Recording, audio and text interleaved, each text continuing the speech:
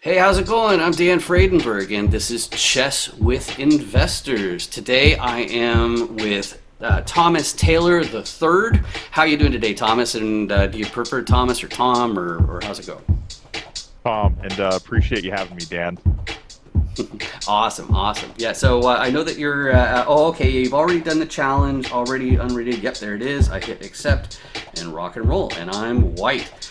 So Thomas, Tom, your first tagline on LinkedIn where our paths crossed was it says that you flipped 1,500 houses. So that's a pretty wild statistic. Do you want to introduce yourself and say a thing or two about that? Yeah, absolutely. So about 10 years ago is when I started in real estate, and I started by working with corporate flipping operations across the United States. So primarily, I started out in Utah, and things were just going well, and I kept going to different areas. And anyways, I've been doing it for so long, I needed to go out and do it on my own. And so here we are. And now I'm in the southeast, and we've got a smaller team, but we're buying about 6 to 8 deals a month right now. Mm-hmm, mm-hmm.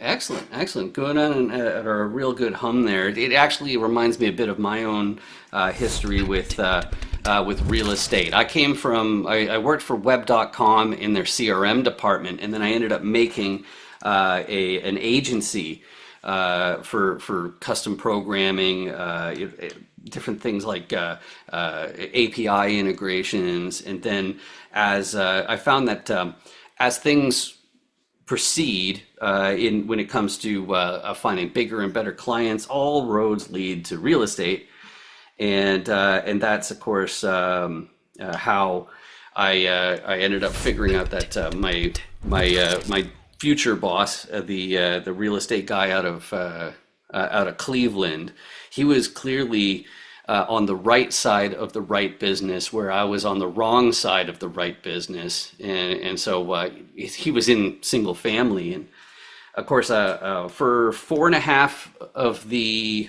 6 years that I ended up working with him, I found that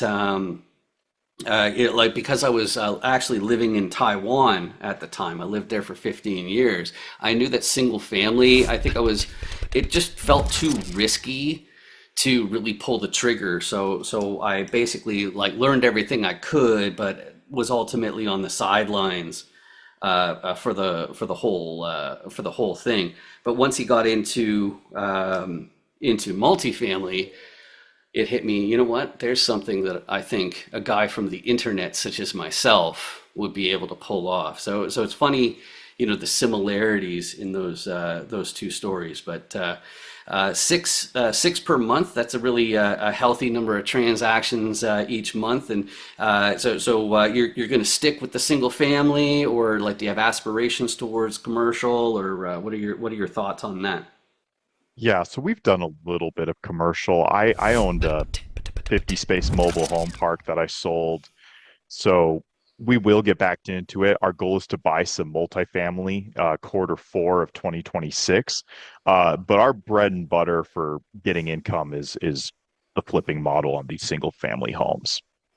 Okay, so it's fix and flips. It's not wholesaling. I don't know if you're in a state where wholesaling is illegal, but and I hate it when people basically confess on my podcasts to breaking the law. So that's about right. It's fix and flips primarily. It's not really buying to eventually rent after you fix up, or what's the skinny there? We've bought some homes and kept them as rentals. What's interesting is on paper they look fantastic, and some of them are, but more times than not, they just don't cash flow as well as some of these multifamily units do, right? You've got a 10 unit, one unit's vacant, it's 90% occupancy, right? But if one person leaves in a single unit, it's a completely different ball game. So we've talked to some other investors in the area, and that's ultimately why we're making the shift to holding multifamily long term and unloading all the houses.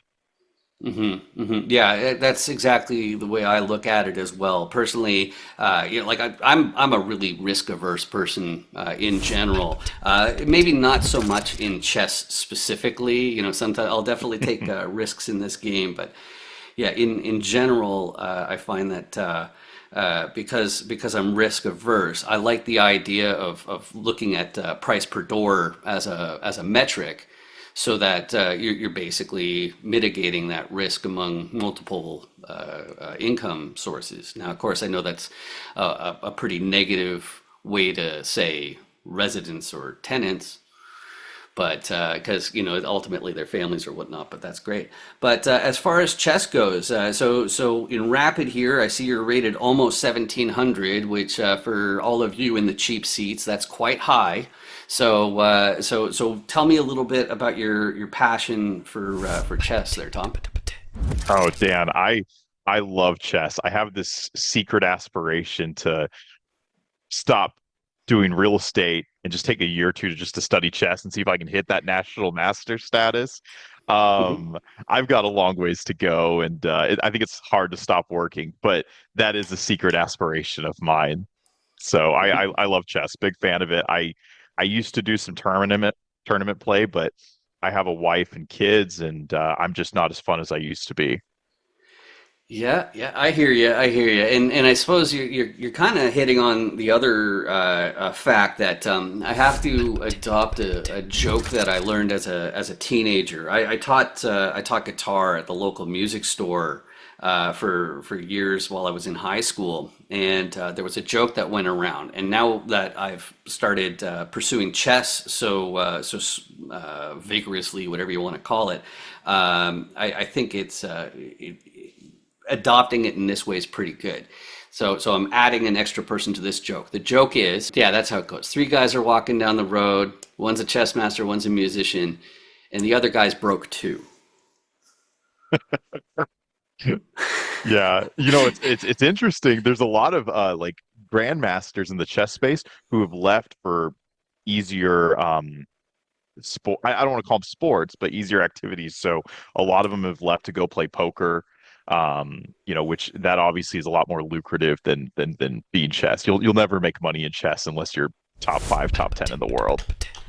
Right, exactly. And they wind up getting entire teams working for them, apparently. I had the good fortune last year to meet my first Grand Master, and it was kind of funny, the whole process, just because for a few different reasons. Apparently, there's fewer chess Grand Masters than there are billionaires. There's about 2,800 billionaires on Earth, but there's only about 1,800 grandmasters. And I think that says a lot. Oh, that is interesting. Right? Right? Exactly. Exactly. Now, one of the things I was thinking about today before our interview, I was watching a few different, pieces of content to basically stay fresh. And one of them that came out, I guess I can do this, can't I? I wanted to do that originally, but I guess I'm not gonna. But he had some in this other content piece I was checking out. They had some interesting random questions to kind of throw people off. I'm starting to try to encourage people to come with a few questions for me, so that way I'm not just distracting my guests while we're trying to do a game. And I'm sure the 15-minute time format with the 10-second increment, it kind of helps me stay on the good side as far as that goes. But Right. do you normally you normally play rapid, or do you have another preference?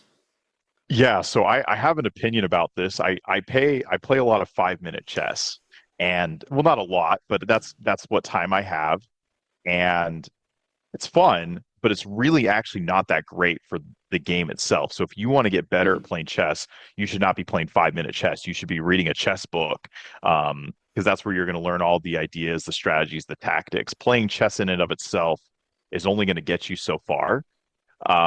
So when I'm actively trying to study the game, that's what I'm focused on.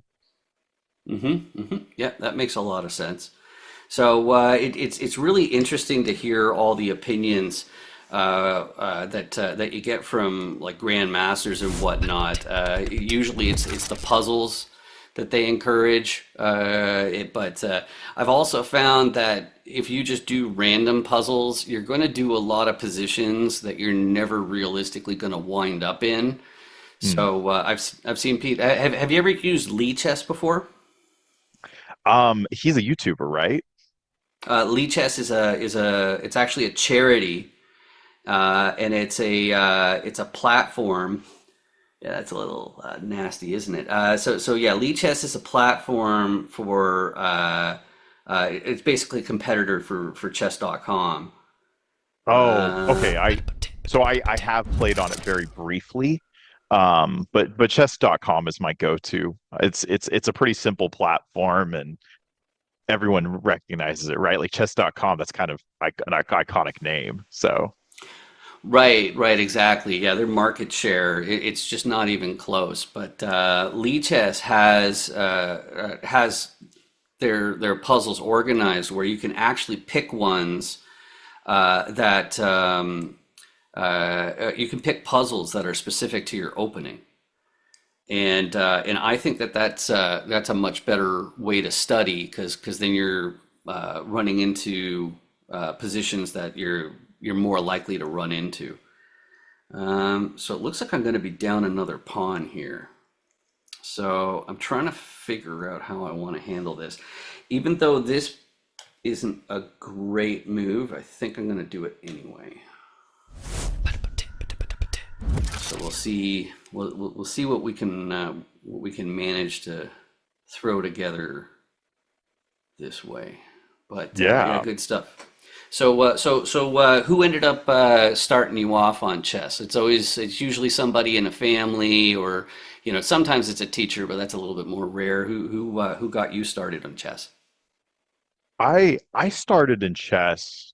I mean, I think most people start playing with their dad or a family member, and that's what happened with me. I was playing with my dad, and he's one of those guys that just is going to let you lose, and so I kept losing, and it bothered me, and then started reading some chess books and started winning. So, big fan of the game. I was really excited about this concept. What a fun idea to do these interviews and have these conversations simultaneously. I'm sure I'm not being a good interviewee right now because I keep looking at the you and the chess game and going back and forth, but.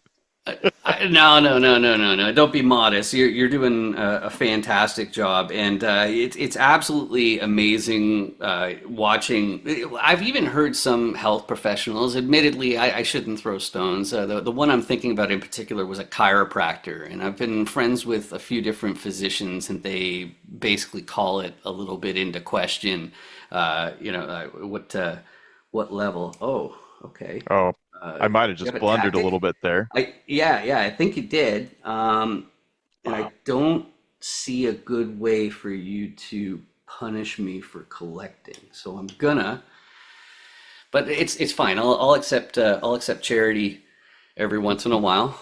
Hopefully I can still convert this without messing it up. But yeah, that's the other thing about this game is it's so unforgiving. It's really ridiculous. What can tear apart a position in such a short amount of time. But oh, I've got that too. That's kind of neat. Okay, right, good stuff. So yeah, my grandfather was the one who taught me how to play chess at first, and it was kind of funny because he and I didn't have a whole lot in common because he was a big outdoorsman, Hmm. and like it's like the outdoors are nice, but like I like to take it in while I've got something else to do. Like basically, if it doesn't involve other people, like I don't really relish the idea of being out in a boat by myself, fishing or something like that. So I think I'm gonna do this way and try and capitalize. We'll see if Yeah. that works. But Okay. so then let's talk buy box then. So you said in the southeast. As far as if somebody's got either a building or a single family house, something like that, what's your real sweet spot? And don't forget you can take your time because you got like 10.5 minutes, which is plenty if you're used to Plenty faster of time. time. Well, Yeah. I'll move and then I'll answer the question here. So, what's interesting about the Southeast is it's one of the few places left in the United States that has $10,000 homes, right? You don't see those really that much, especially Canada. I mean, what's your average? Like $1 million? Just a little bit below that. So it depends. So it is that's true on the Ontario side. The just to the north of the Ottawa River, you get into the Quebec side, and then you can get a house like like a townhouse or something like that for a half a million Canadian, which of course the US dollar just took a bit of a hit just in the last 24 hours. Over the last month, it's dropped about 5 cents, and about 2.5 cents of that was in the last 24 hours. So like right now, you're talking about like 1.35. So close to one and a third. So like realistically, you're talking like 400K, 350K, something like that for a townhouse, and that would be B to B plus for that kind of area. So it really does depend. There's no doubt about that. Um, but as far as this move goes, though, I think I have to do something a little bit weird, right? Actually, yeah. Yeah. You know what? I think I'm gonna do this and just be done with it that way. Okay. So the Southeast is interesting because you do have those really affordable homes, and these people from other parts of the world who don't understand the Southeast say, "Hey, $10,000 homes, I'll go buy 100,000 of those." And they're a little bit higher risk. It's a grade D property. They're falling apart. Sometimes the repairs are going to cost more than the house itself. Even if you put all that money into the house, you'll never get that back. So in Mhm. terms of our buy box, we are buying like grade C to grade B properties. We don't buy grade A. We're just strictly middle class houses. And for us, that's what we see as the most recession proof, right? So if things are going up, if things are going down, it does matter to us, but it doesn't matter as much because the middle class will always buy and sell. And so those affordable price points, we really like them. So there's a fine line for us where we're not buying too low and we're not buying too high. Yep, I love that. I've been a big believer in that way of thinking for a while, especially because when I don't like the idea of going for anything where there's only one way to get there. So with an A, or more specifically A plus properties, the only way somebody's going to be moving in is if they were already well off or they're newly well off. Whereas in a B property, the people who were previously A and they need to downsize, they'll go into a B, and then people from C's who are succeeding more, they'll end up moving to a B as well. So it just like, and then of course, I think a lot of people, especially in real estate, not so much the people who are in charge of demographics. I mean, the public facing people, and so I'm talking about syndicators and Mm. people like that. They frequently ignore the fact that like what percent of Americans are accredited. How many people could you do a 506c exemption and publicly advertise instead of doing the 506b friends and family exemption if you want to raise some capital inside your network, right? That's if there's that small of a number as a portion of the population that's accredited, then you're kind of painting yourself into a corner in some situations. I'd say it's at least that's the way I think about it. So It there makes you. sense. It's a reasonable thought process, right? Exactly, exactly. But of course, you also, we were talking about fishing a moment ago. You have to put your line in where the fish are, right? And so if you're hanging out at a thrift store, you're probably not seeing as many accredited investors as at the Versace store or whatever it is. So there you go. Right. But how about when it comes to travel? I was already mentioning, like that I lived in Taiwan for a while. You're crazy about chess. Have you been to the St. Louis World Chess Hall of Fame? I've been to St. Louis several times. I've never been to the St. Louis Hall of Fame. They have some fantastic content on YouTube where they have these masters that give these lectures on famous chess games, and it's probably, I would argue, the best YouTube chess content in terms of just learning the game versus, everyone likes what's his name? Gotham Chess? Gotham Chess, yeah, yeah. Yeah. Yeah, yeah. I tend to watch. I watch a lot of Hikaru Nakamura's streams. He's second in the world. Actually, it was kind of funny because there was a total right place at the right time situation where I actually got the opportunity to play him in two odds matches during his stream. So Wow. the first odds match, it started on move three, and it was with him doing a Bond cloud. But the problem that I had, and now that we've already gone into this game and you've already gone into a Sicilian, and I can let you know that I did a deep dive into your chess.com details, and I figured, okay, if I'm going to do NF3, he's probably going to do C5 and go straight into a Sicilian sort of thing. So I was able to keep my poker faces like, he went straight into my prep. But that definitely isn't going to be the decider of this game. But it was pretty crazy playing him with the Bong Cloud. But the second one, I was playing as black, and my A pawn, I didn't notice until move seven or something like that. It wasn't a pawn; it was an extra queen. Oh, Right. Which, like, as far as like a bucket list goes, like if you know you're completely outmatched, like if you're going to be playing against like Kasparov or Magnus or Hikaru, you're kind of hoping for like those two situations to give you the best chance, right? It's either like a sure. Bond Cloud or Queen odds, but yeah, it went pretty well until I ended up blundering mate in two on move 24 against Hikaru with the extra queen, but I made him It- sweat a little.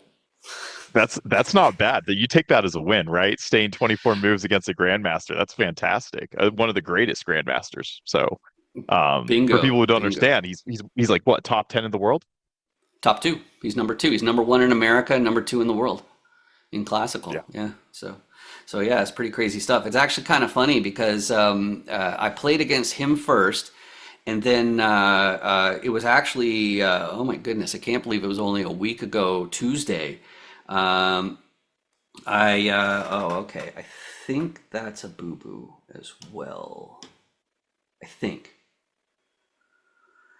But yeah, so last Tuesday, I actually played a GM in person. It was actually Canada's top grandmaster who's active.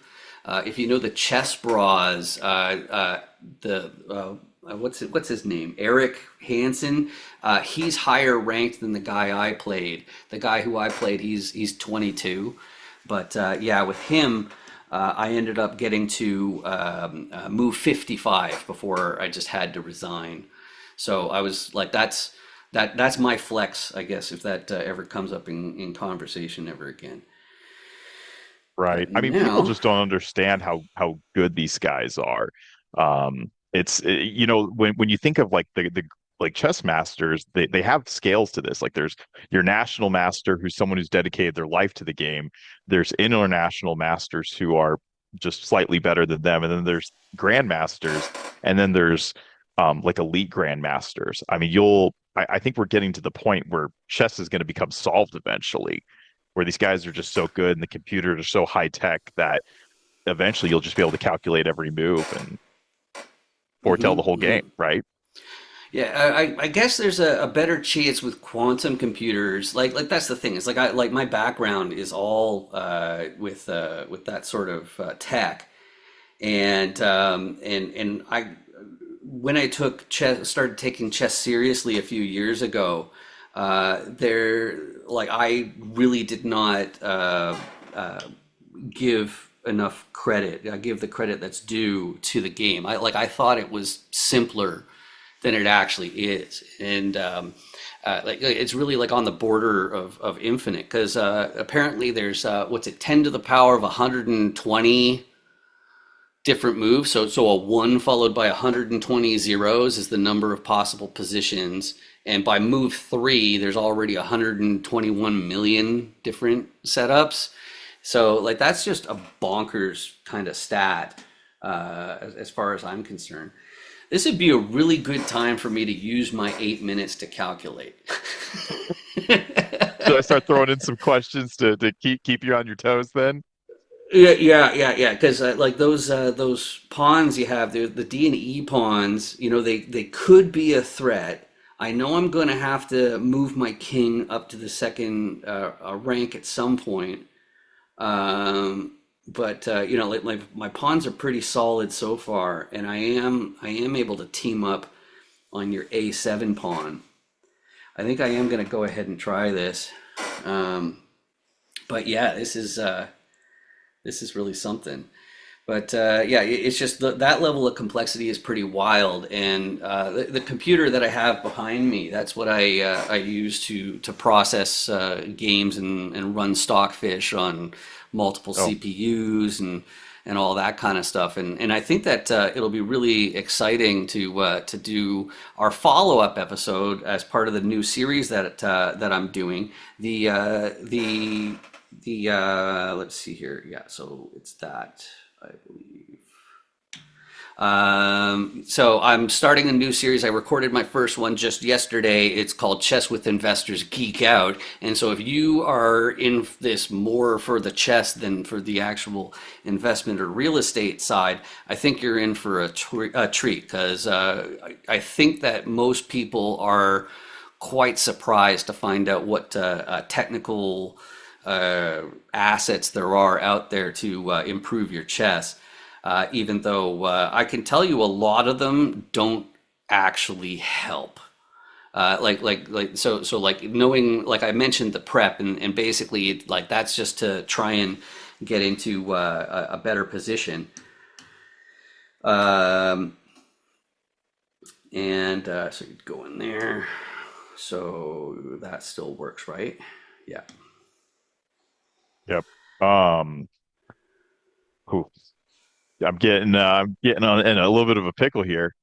So it's interesting because when you look at the chess community as a whole and you go to like your normal chess clubs in town and or then you go to an investor meetup, you don't see a lot of correlation. So to find this niche, I guess you have to go across country borders to make it happen. But That's funny.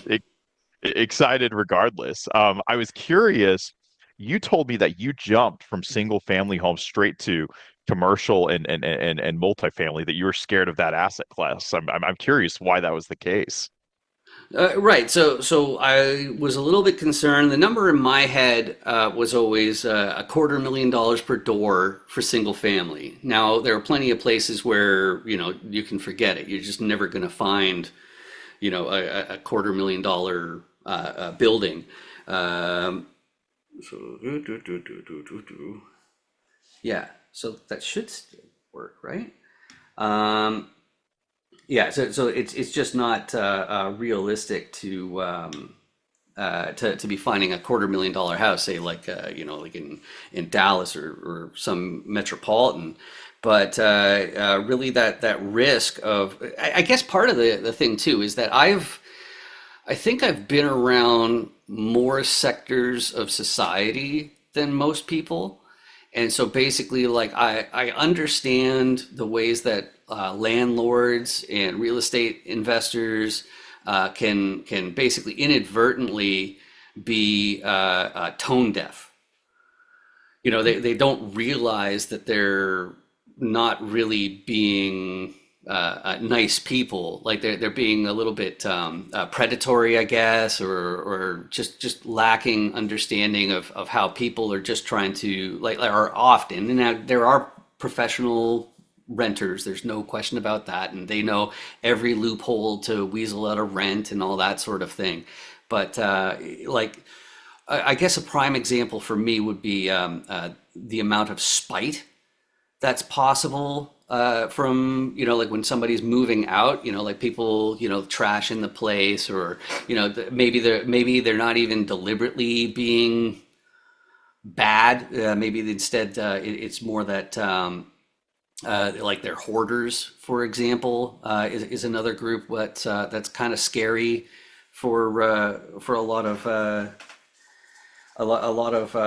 real estate investors. But as far as this show goes, I'm going straight into one of the big inspirations for it, which is that I find that when people are distracted, you can get them off script really easily.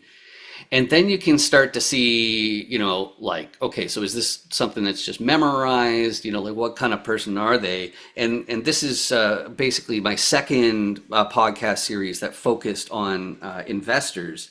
The first one was it's called Chance Encounters, and it's just strictly asking about what's your buy box, which role are you actually going to have in the deal, different things like that. Okay, so I'm still pretty sure. Oh, actually, now I can do that, can't I? No, I can't. That still doesn't work. Ooh, this is a tough end game. I think I'll I'm be happy still with the good. stalemate for the record. It's Does that mean there's a part two if it's a stalemate? Is that how it works? I definitely want recurring guests. I'll put it that way. I want people to come back because I think that this is a lot more interesting if we can pull that off. Okay, so I guess yeah. Okay, yeah. So okay, yeah. So that I can do that, and then you could take there. This is another really good time for me to calculate. I can hop in while you're calculating. It's when you look at the commercial multifamily space and real estate versus the single family, we were talking about well, one, there's a barrier of entry. So I think there's a lot more investors in the single family space because there's less oh, now I need to think. Yeah, I think that one does work. Ooh, Let's run it. Let's see it. Um, yeah, I think it's made on the next one. oh, that's so smart.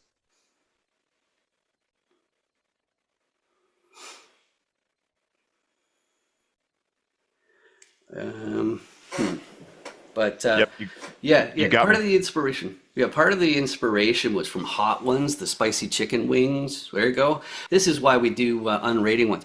Man, my heart has been pumping this whole point, and like there's no doubt it was luck, as far as that bishop move. While I had you distracting, but we're definitely going to do the geek out where I'm going through all the technology. I think you're going to really enjoy seeing what sort of prep is available. One thing that's interesting is your insights on chess.com. Even though you're a diamond member, you have it so nobody else is able to see it, which is a smart move as far as some guy like me coming on and trying to prepare for this. But that's really fantastic. But I'm sure plenty of people are thinking, how do I reach out? I mentioned before that we met over LinkedIn. Is LinkedIn is the best way to reach me? Is LinkedIn the best way to meet you, Tom? Absolutely. I'm always willing to talk to someone if they have a deal they just want another opinion on, or they want to strategize and talk business. I'm always about that. It's a very giving, it's a very big community. Most people are really great here. So just reach out on LinkedIn. I think my phone number might even be there somewhere, but LinkedIn's a great spot. Thomas Taylor the third. I think there's probably only one person with that name on LinkedIn, so not hard to find. Perfect, perfect. And that brings me to my public service announcement. It's not for you, Tom, it's for you in the audience. If you've been watching this show and you've been experiencing a searing pain in your eyeballs, maybe like migraine like symptoms, I'm confident it's because of the downright hideous subscribe button down there that you really ought to do something about. So, of course, that just means that you might end up seeing more of my content on your list of suggestions on YouTube. But at the end of the day, I just appreciate the fact you spent this time with me. Just like Tom, thanks for joining. This has been awesome. Thanks for having me. It was unsettling. It was fun. Right? Yeah, it was awesome. Thanks, man. Oh, hey there. I hope you enjoyed the show. And if you are into chess, if you play chess and you're an investor of some sort, real estate or otherwise, well, you can be on the show too.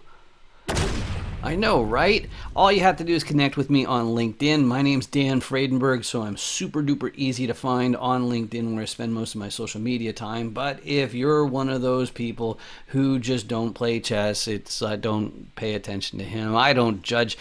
All you have to do is go to dandoesdeals.com and you'll find the Chance Encounter series where you're welcome to be a guest on it, where you can share your core competencies that you're likely to contribute to a GP team or a JV. You don't have to be doing syndications.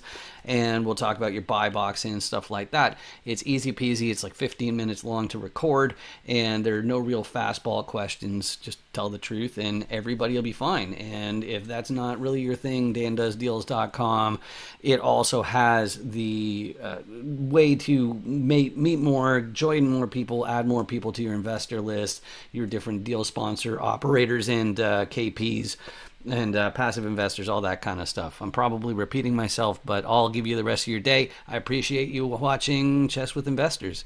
See you next time. Bye. My background has been in alternative investments for the past 20 years. I've seen just about every type of fund, worked on the accounting and operations side, and even at some of these big banks that I worked for, worked on a lot of projects behind the scenes to really hone my craft and, create Cardinal Financial Consulting and help people set up the right structures, handle the accounting and operations behind the scenes, and really take that away from the CEO's responsibility to make their lives streamlined.